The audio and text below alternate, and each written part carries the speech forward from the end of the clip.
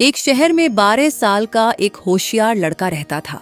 उसे नई नई चीजें बनाना और मशीनें तैयार करना बहुत पसंद था। वह अक्सर अपने कमरे में घंटों बैठकर नई मशीन इन्वेंट करने की कोशिश करता रहता था। उसके पापा की एक छोटी सी दुकान थी। पापा चाहते थे कि वो पढ़ाई के साथ साथ दुकान का काम भी सीखे, लेकिन लड़के का मन तो बस मशीन बनाने में ही लगता था। वो कई दिनों से एक खास मशीन बनाने की कोशिश कर रहा था, लेकिन हर बार उसकी मशीन फेल हो जाती थी।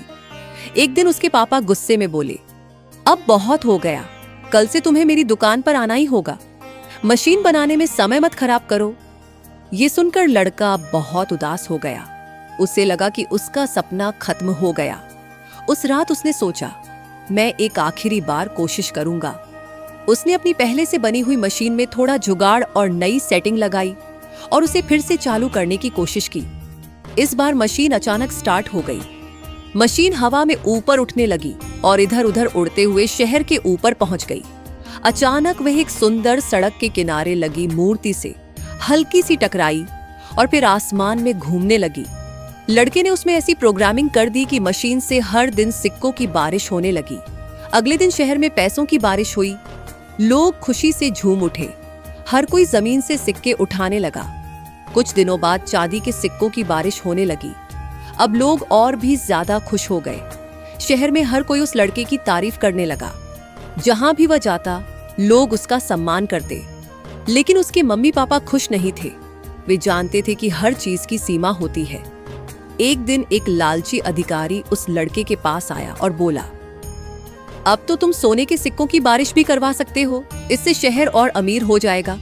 लड़का उसकी बातों में आ गया और उसने मशीन में नई सेटिंग कर दी। जैसे ही सोने के सिक्कों की बारिश शुरू हुई, पहले तो लोग बहुत खुश हुए, लेकिन जल्द ही परेशानी शुरू हो गई।